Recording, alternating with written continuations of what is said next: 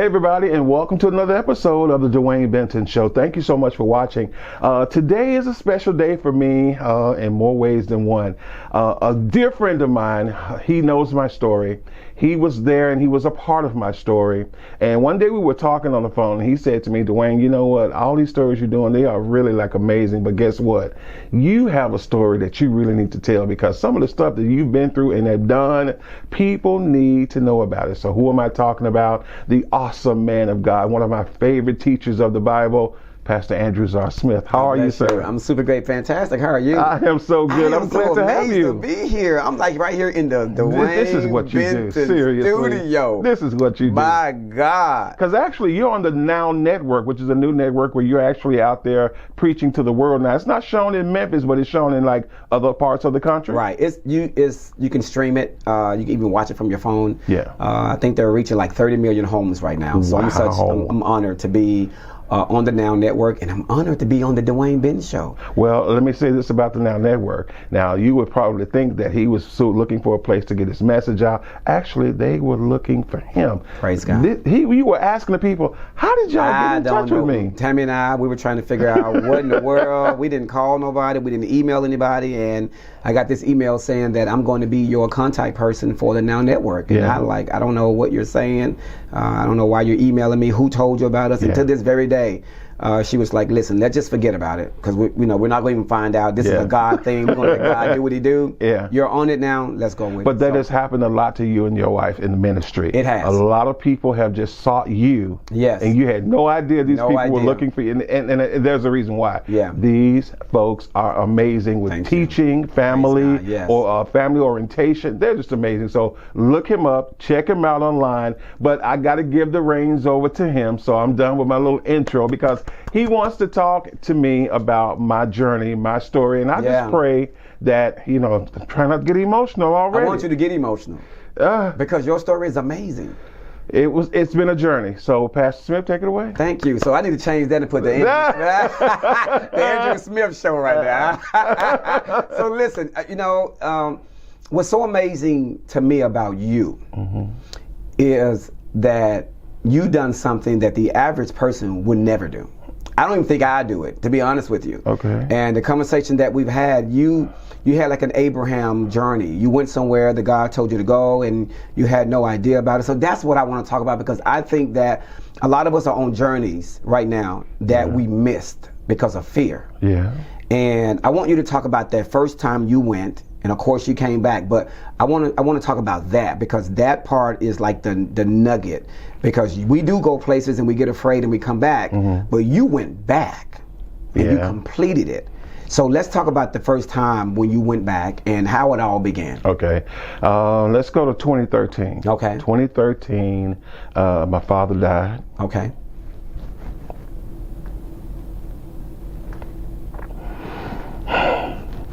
Out the gate already. Yeah. That's all right. It was a very difficult time for me.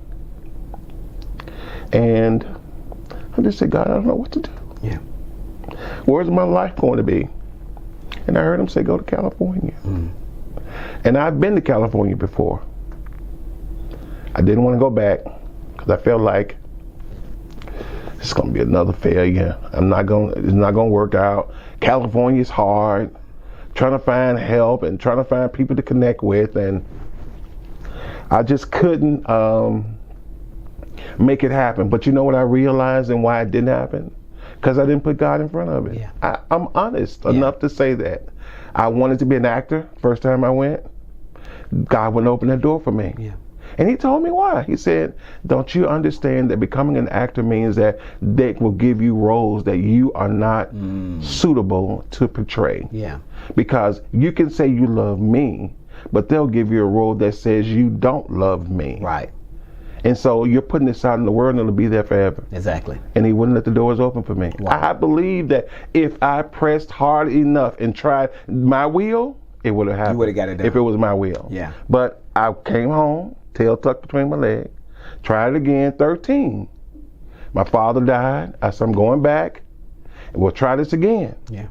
I went, stayed a few months. Then the first thing I started doing was helping other people from Memphis who were in LA struggling. Okay. I started trying to just, I'm trying to be a good person. Oh, they're having a hard time. They're homeless. Let me take them in and we'll work together and we'll try to have our little thing together. All the things that I had planned to do, I never did. I went out there with a radio station, Hollywood Radio, Yes, I which remember that. still plays today, still airs today. And I just threw it to the side, started trying to do other things, worried about other people. And so I called my mom and said, just not working out. I think I'm just going to come home. I wasn't there 6 months. Wow. Now, my job, I was in radio, had told me, listen, go for 6 months to California, see if it works for you. If it doesn't, come back. We'll hold your job. And I went home and I prayed, and I heard God say to me, do you trust the job more than you trust me? Wow. I said, no, God, no. I went back to my boss the next day and I told them, thank you for the opportunity, but I am not trusting God if I say hold my job and if it doesn't work out. How do you say that to God? Yeah. How do you say if it doesn't work out, I'll be back? Yeah. It wasn't 6 months before I came back. Wow. So hold on, stop right there. So you still could have had your old job. Yeah. If you would have told them to keep it for you. So you came back before 6 months. Yeah. And your job was gone. Yes. Yeah. And I kind of hid in the house for a couple months. Out of shame. Yes. Yeah. Absolutely. Because it was this big idea. Dewayne's going to California. Yeah. Dewayne's and all of that. So I came back, started back working again, getting back on my feet. Yeah. Then I got sick. They told me you had some kind of cardiac episode. I was at work on my new job and working, and I got so tired I couldn't breathe. I was just having a hard time taking a deep breath. And I'm like, what's wrong with me? I worked, and then all of a sudden they said, we need to go to the hospital. This is what I said to myself. I got up and drove myself to the hospital here in Memphis. Wow. Did this test. They kept me all weekend, did this cardiac test and treadmill test. And they said, well, you didn't have a heart attack, but what you have is a low ejection fraction. That means that muscle that pumps the blood through your body is supposed to be pumping like this. Mine was like barely pumping? Yeah. Wow. So he got me on all these medicine regimens and said, try this and we're going to see what this works. And here's what happens. If we can't get that muscle to become stronger within 90 days, I'm going to have to put a defibrillator in you. And I'm like, well, what is a defibrillator? Well, the defibrillator is what will actually save your life if your heart goes into an irregular heartbeat. And you will never survive without it. If you have an episode in the street, at home, wherever, the ambulance can't get to you fast enough. You will not survive. You will die? He said you will die. The minutes that it will take them to reach me, it's going to do the brain damage, because it's not going to be flowing to the brain. All of that's going to happen. And he said without the defibrillator, which is actually going to shock me and make it start back pumping again. Without that, you won't survive. This is what he told me. So it was like all this, and so I'm like, wait a minute. That's a lot. I'm like, okay, God, hold on. What's going on here? Now, I haven't turned from God. I never left God. I didn't say, God, why didn't this work? I knew exactly why I didn't, because I was disobedient. I didn't follow the instructions. A lot of us are not going to admit that. A lot of us are afraid to just say, God, I messed up. And not only say it to God, but just say it to those who are close to you. Wow. I messed up. I didn't do what you told me to do. I understand that. So here I am now. I'm in Memphis. I'm working. I'm trying to get my life back together. I got after the medicine didn't work, they had to put this thing in my chest. It's right here. It sits right here in my chest. Is it up under your skin? It's under my skin. Okay. And it has never to this day gone off. Wow. Thank God. Praise it has God never for gone that. off. So I said, okay. I started working, and I'll just tell you, I worked for the Peabody Hotel. As soon as I had this surgery, I ended up getting a job at the Peabody as a manager. And I'm like, wow, this is wonderful. This is a part of my story. I never, ever believed that they would hire me at the Peabody. My cousin is the one who kept insisting that I go and apply for this job at the Peabody. I was working for another hotel, and I was like, they're not going to hire me. You know what I said to myself? God, I hope this helps somebody. I said to myself, I'm too big. I'm too black. I'm not Peabody standard. They're not going to hire me. My God. I went through that test, the battery of tests and exercises and interviews. I sailed through, and they fell in love with me. My God. day after day, they kept calling me back for another interview. Finally, they have a thing they call panels. They do it on Thursdays, and they all these the managers and GMs all sit down to this table, and they look at your resume, and they all have to agree: is this guy what we're looking for? Yeah. So I got to the table. They're looking at my resume, and they all said, one guy says, "This guy's a radio personality. You did radio? Wow." He said, "Can you talk in your radio voice?" I said, "Excuse me?" He said, "We want to hear you talking your radio." All the big wigs at the Peabody were sitting there. And they said, "Can you talk in your radio voice?" And I'm like, I looked at the guy who was the general manager. I'm like, he said, "You're fine." And so he took interest to me because he loved radio when he was in college. Wow. And he said, "Can you talk in your radio voice?" I said, "Oh, okay. Can I just do like weather or something?" "Whatever you want to do, just do it." I said, "Okay. Taking a look at your weather forecast for today, partly cloudy skies and a high of about 78 degrees. Tonight, slow dropping down to 68, but tomorrow, I promise it will be a really nice day. Stay with me. More music on the way." I love it. It just flows like the guy just got up and reached his hand and said, "Welcome to the Peabody." I welcome you to the Peabody too. I was like, "Okay, but I'm not going to be talking." I was like, "Okay." But if that's what did it, it did it. Yeah. You know, so I got the job. I enjoyed it to the utmost. It was amazing. The respect that I gained, not only working there, but from the staff there. Right. I still go there, and everyone is always excited to see me. Wonderful. So I'm working, and I still feel something's missing. Something's missing. I don't know what it is. I don't feel complete. You know how you think you got the job or whatever? I just didn't feel like it was complete. So I said, "All right, I'm going to quit." You gonna quit the job you just got? Yeah. The one that you didn't think you were gonna get? Right. I think I worked there a little bit over a year. And I was like, this is going on. The hard thing. Yeah. Taking medicine. Yeah. And my doctors are saying to me, "You really should stop working. For better quality of life, chill. Go home, relax. Go get your disability. We'll help you get it. Go." All right. I did. I applied. Denied. We think you can still work. Doctors, y'all just told me to quit. Y'all told me to stop working and do all this. Goodness. So what do? I go get me an attorney. They say get an attorney. They always deny you. You're disabled. They're always going to do it the way. Go to get an attorney. The attorney's going to help you. So at this time, I stopped working at the Peabody. I'm just Uber driving. I'm giving y'all my real story today. We're being transparent today. And I just started driving Uber. The lady at the attorney's office said to me, "What are you doing right now?" I said, "Well, I drive Uber, and that's it." "How much are you making doing that?" And I gave her my dollar amount. And she said to me, "I can't help you. Have a great day." Because you're driving for Uber. I'm driving for Uber. Because of the amount of money you were making? The amount of money I was making. And if you're applying for disability, how are you going to stand before a judge and say that you're disabled, but you can sit in the car and drive for those many hours? Okay. She said, "What do I need to do?" Is what I say to her. "Quit driving, give up your apartment, go home and live with your family, let them take care of you." Why you got to give up your apartment? Because when you're applying for disability, you have to show the course that you are unable to work and maintain your life. Oh my goodness. And it was for $1,344 a month. I'll never forget it. So you have to give up your life for $1,300 a month. How did that make you feel?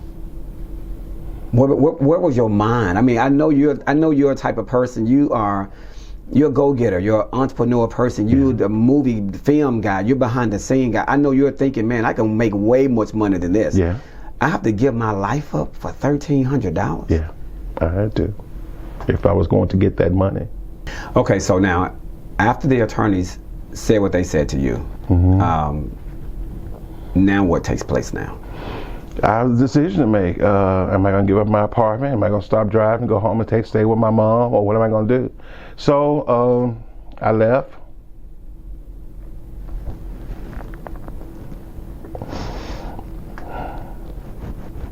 I didn't know this would be this hard. Yeah. I sat in my truck and I cried. And I said, "God, what is this?" I said, "Now, you told me that you would take care of me. I don't understand this." I'm crying, asking God why. Why is everyone saying no? Everything that I try to do fail? I don't understand.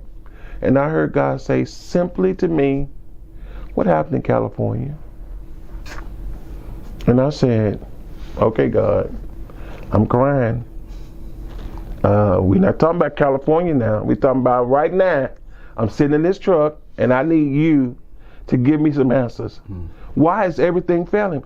What happened in California? And you know, all I said was, you know what happened. I didn't do what you told me to do. I went out there trying to help other folk and turned around and everything just backfired on me. And I heard him simply say, so I'm supposed to rewrite your story because you decided to bail on it? Ooh. That's Jesus. what he said to me. I'm supposed to rewrite your story when I already told you in the word that I knew you before I formed you in your mother's womb. I knew every step that you would have to make. I'm supposed to rewrite it now because you decided to bail on the plan. And I cried and I just said, well, God, okay, if this is what you want, if you want me to go back to California, fine. I said, I only have one thing to ask of you, just one thing. Make my path straight. So I don't have any kind of interference or anybody coming at me saying, are you sure? You sure you're supposed to be doing this? Now the Lord, you didn't been to California before. I just said to clear all the path and just make it easy for me. Within 30 days of that conversation, sitting in that attorney's parking lot on Union, I got home, I sold everything that I had because this is what I heard the Lord say to me too. And this time when you go back, you better not have a plan B. Ooh. I had one the first time. I did. I had a house. I said, I'm going back to my house. If it don't work out, put somebody in the house who I could trust to stay there until I came back. See, I already knew then. To keep it for you, in case it didn't work out. How do you tell God in case you don't work out? I got this backup. Really? He is the backup. He is the backup. My Lord. I said, okay. I got up. I called you. I told you and your family, I'm going back to California. I don't know what God is going to do here. Didn't have no prospects. Didn't know where I was going to stay. Didn't know anybody out there. I just knew I was going to go back to Los Angeles. I went back. I got there 5 days staying at Motel 6. A lady who I had met in Memphis at my job before I went to the Peabody. This lady said to me, you were really nice to me. She was a manager for the extended stay hotels. She said, you were really kind to me and my family when I was there. She said, if you ever come out to LA, come see me, I got you. Now, she said it, but I didn't believe her. Because people say things, and then when you put them to the test, they were like, well, yeah, but I don't have anything right now. And I was afraid of going out there, holding on to her promise. All I had was the promise that God said he'd take care of me. I didn't care about nobody else's promise. I wasn't trusting anybody. I was only saying what God told me. You said, get here, God. That's right. So if I had issues or questions or concerns, I took them to him. And you drove. I drove all the way back. There. I sure did. And I got there and I stayed in the Motel 6 for 5 days. 5 days, this lady who told me that if I come to LA, she'll take care of me. That's what she kept saying. I came back to LA. She's interviewed me the next day after I got there it was a holiday, Monday, and I interviewed on a Tuesday. And she was like, well, I know you know the ropes because this company is the same format nationwide. You can work in one or go to one across the country and it's going to be the same setup. No difference. All the systems are the same. And so she had me come in, and at this point she was like, all of her managers and GMs were going on vacation. I was supposed to be an assistant general manager, just trying to get my foot in the door. So she came and interviewed me, and she said, the young lady who you're actually going to be filling in for, she's pregnant, she's having problems with her pregnancy. So you just kind of cover her right now at the airport location, and we'll work it out. Now, she said, I need to tell you this, too. When she comes back from maternity leave, she has to have her job back, number one. So I'm going to look for you another position, but just in case, I need to tell you that you may have to take like a front desk position if she comes back and there's nothing in management open for you. I said, look, I just want my foot in the door. I'm supposed to be here. I'm just going to work. The lady came back the same day in the same interview and said to me, hold on a minute, I got an idea. We got a position that's coming open called MIT, Manager in Training. I just think that you are capable of running a hotel. Look at God. So she said, I tell you what I'm going to do. I'm going to make you MIT. Now, let me give you the other side of this story here. Now, remember the young woman was pregnant and out sick and would be returning to work. She lost her baby and came back to work 2 weeks later. Oh, my God. How I could have went the other way. Oh, my God. She lost the baby, came back. Today we are very good friends. To this day, we're very good friends. She came back to work 2 weeks. Now remember, she came in 2 weeks, and I'd have been just a I would have been a front desk person. Exactly. But she put me into a position of being management for this hotel. So I got the job. I hadn't even been hired. I'm going through processes right now. 5 days after I got there, they hired me back to the company. They gave me a 2-bedroom apartment that had not been lived in 3 years, with everything in it brand new. For free? No, it wasn't free. Okay. But it was so cheap that you wouldn't believe that I was paying that amount of money to stay in Los Angeles. Oh my Because a 2-bedroom apartment is $2,500. Good Lord. In LA. It is. I paid less than $500 a month for my 2-bedroom apartment. Oh my working for the company. They gave me a great salary, and I stayed there and I worked. Now, Pastor Smith, I don't want you to think that it was easy. It wasn't, because I've called you. Yeah. And I've cried, because working in management, working in hotels is very stressful. Yeah. But I pressed, and I talked to God, and I talked to my minister friends who could help me through this time. So I went through, and I came out. Now, the question is, how did I get back to Memphis? Yeah. So tell me, how did you get back to Memphis? God, all this stuff just seems to spark all these different emotions inside of me. I'm doing good in LA. I'm loving it. People are just enjoying me on the beach and enjoying me live and all that kind of live pictures on the beach. I can honestly say I had an amazing journey in Los Angeles. Yeah. I didn't know how long I would be there. I just didn't know, but I knew that right now was where I was supposed to be. Right. God was taking care of me. Everything was good. Have not been sick one day. My Lord. Since the day they put this in my chest. Nothing ever went off. Had one shock. Wow. None of it. Nothing's happened. Thank you, God. Thank you, Lord. But my mother got sick. And her sister called me and said, something's going on with your mom. I think you should come home and check it out. So I called her, we talked, and it's just weird because I talked to my mother almost every day, if not every day. And I couldn't tell over the phone something was wrong. I really couldn't. Until I physically got there and I saw the confusion level, and I said, oh my God, it's okay. And I said to her, I said, I'll tell you what, I'm not ready to leave California. I said, but if you want to come back to LA with me, let's go. We'll pack the house up and you come back and stay with me. So we came back to LA. She came with you? In December of 18. Okay. And we stayed, and I just watched her. And I was just watching how she interacted, how she was able to function in the apartment. And I just prayed. And I said, God, what's wrong? I don't know what's going on here. And I just said, what do I do? This is a new place for my mom. And for someone who's going through this confusion thing, I was like, is this the place where I need to be? And I simply heard God say to me, go home. Now's the time to go home. And I was like, but you told me to come out here. I never told you how long to come. I just told you to go. That's what I heard God say. And so I told my mom got emotional. No, I don't want you to give up your dream. I said, Mama, look, God has already assured me everything is fine. Everything's going to be all right. And so she was like, I just feel bad because I know that you want to be here. I said, no, I want to be here because God told me to come here. Right. But God has said to me, it's okay. And I heard God say this one day. I was coming home. We were getting ready to make the transition back. And God said to me, because I was emotional. And he said, do you think you do all of this stuff because you love your mother so much? Do you really think that? And I'm like, well, yeah, I do love my mother and I'll do anything for her. He said, you're missing it. You do all of this, loving your mother, coming to LA because you love me. Yeah, wow. And when he said that to me, I was like, okay, you just told me that my mother is not in my hands. My life is not in my hands. Yeah. What you telling me that my love for you, you'll take care of everything. And he did. Financially, he took care of everything. Wow. We came home with nothing to worry about. Absolutely nothing. So I was told by one of my very good friends in LA, take this time and do what you're passionate about because you'll never get this kind of time again. Yes. This is your time when you don't have to worry about finances. Just do whatever you're passionate about. Welcome to the Dewayne Benton Show. Wow. Here I am. Awesome. This is my life. This is my life in a nutshell. Health-wise, I'm good. You know, my mom is a process every day. She's doing well as can be expected. I try to keep her active and functional as best I can.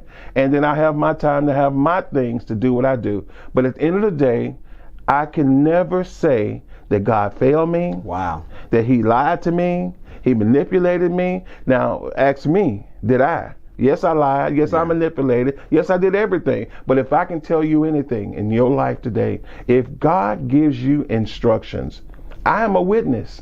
He will give you provision. Yes. He'll give you everything you need to follow the instructions that he's given you. So do you think that the Dewayne Benton show would ever exist had you not been obedient to going back to California? Do you think all this would exist today? No, none of it. Yeah. None of it. I never would have done any of this. I didn't have a piece of equipment, these lights, all of this stuff. I never thought about. I was trying to work in my hotel, which I didn't like. I'm being honest, I didn't like it. I was like, God, I hate this job. But I'm grateful that I was able to work through it. Wow. I changed some lives. People changed my life. Yeah. And so at the end of the day, here I sit, and I can say to you, that journey for me was the greatest thing that ever happened to me. The greatest thing. Will somebody else do it? Will somebody else just really trust God? And somebody may say, well, I have kids. It's different. It doesn't matter. No, it doesn't matter. It doesn't matter. Well, let me tell you this. Your journey changed my life. I mean, because I remember when you were on the road going through Texas, spent the night, then you drove all the way to LA. Yeah. I don't know if I'd do that. But what your journey did, it gave me faith to believe that, you know, to trust God, to trust God fully. Man, I'm so proud of you. I'm honored. Thank you. I appreciate you. I tell you, I mean, you guys have been there for me from then until now. Yeah. You all have been there. And all of my radio friends that came to see me in LA, we had an amazing, when they left, I never told anybody this. They knew it. I cried. Yeah. That was my sense of home. Yeah. I miss them. And so being back in Memphis has been good for me. It's been good. I do miss LA. I'm not going to lie to anybody. I miss it. But at the same time, I wouldn't miss this time with my mother for anything. Exactly. She is the world to me. Yeah. And this is all we have, is our parents. So I won't miss a moment to say I love you, and I'm grateful for you, and I'm thankful that I'm your son. Well, amen. All right. Appreciate you so much, and thank you for having me on the Dewayne Benton show. Oh well, my it was the God. Andrew Czar Smith show today. Oh my God, this has been awesome. Thank you, Pastor Smith. I appreciate Pleasure you is more. mine. Pleasure is mine. Thank you for asking me to do this. I think it needed to be done. Yeah.